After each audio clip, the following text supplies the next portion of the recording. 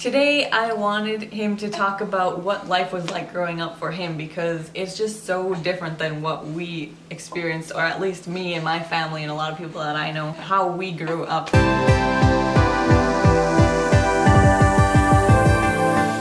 Hola a todos, bienvenidos. For those of you who don't know, this is my husband Tomas and our beautiful daughter. He is from Nicaragua, a third world country in Central America.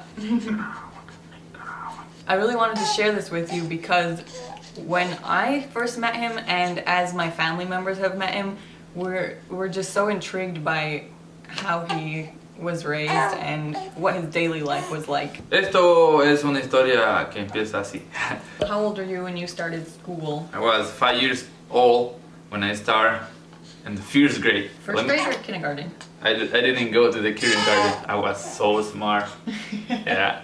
So I went right to first grade. Intermission!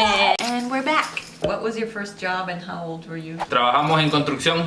Entramos a trabajar a las 6 de la mañana, 7 de la mañana y salíamos, no sé, 1, 2 de la mañana. Empecé a trabajar a la edad de 11 años. Estaba cursando mi primer año de secundaria. Después de que salí de clase, al día siguiente, cuando empezaba mis vacaciones, empezaba a trabajar. Why I started working that early? Because in Nicaragua, we can say every Córdoba you make for help your family is good. So have a little money to buy some stuff for me, sometime for go to the school next year. That's the reason we work too early and too hard.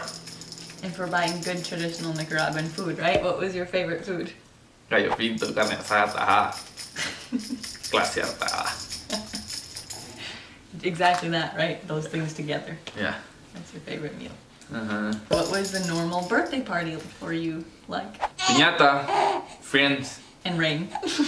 and rain. Yeah, most of the birthdays was raining because in the winter is rain a lot in September. But this is a piñata, music, dancing, candies from the piñata, candy in a bag, and traditional food for the piñata, el arroz de piñata, o sea, conocido cariñosamente como arroz relleno.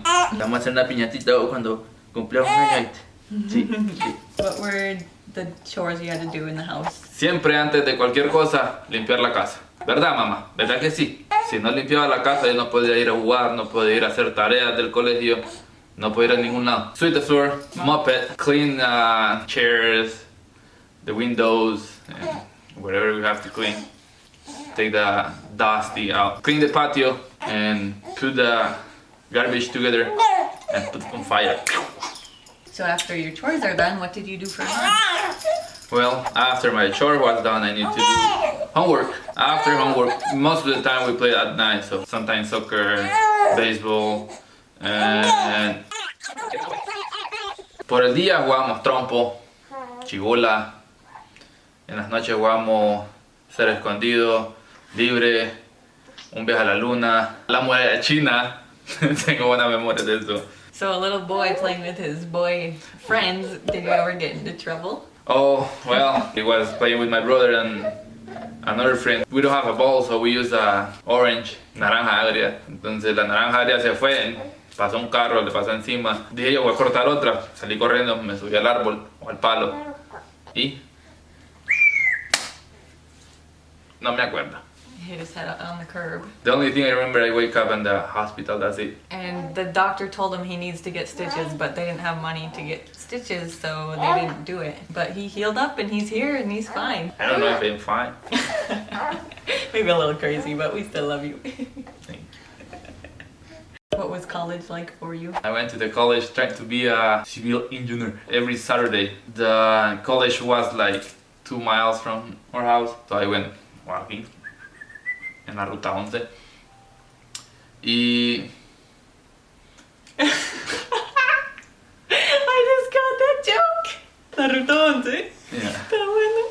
you paid $3 a month. Sometimes I didn't have money to pay, so I get out of the college, get more money and go back. I was back and forth, back and forth. Well, you pretty much answered this question, but how did you get from place to place? En el 11 o la ruta La 11, ruta 11. en ruta, mercadito al business, taxi, ahora triciclo porque hay un montón, pero la mayor parte del tiempo If you wanted to like go to other places inside of your country, did you do any family vacation or traveling or? Well, the most traveling we had is an excursion. Íbamos a las excursiones para Masaya, Granada, las más comunes. Esa era la forma de viajar de nosotros para salir de la rutina. Es un bus de los grandes para 70 pasajeros. Ahora hay excursiones para ir a San Juan del Sur, a Ometepe, a otros lados y cuestan más.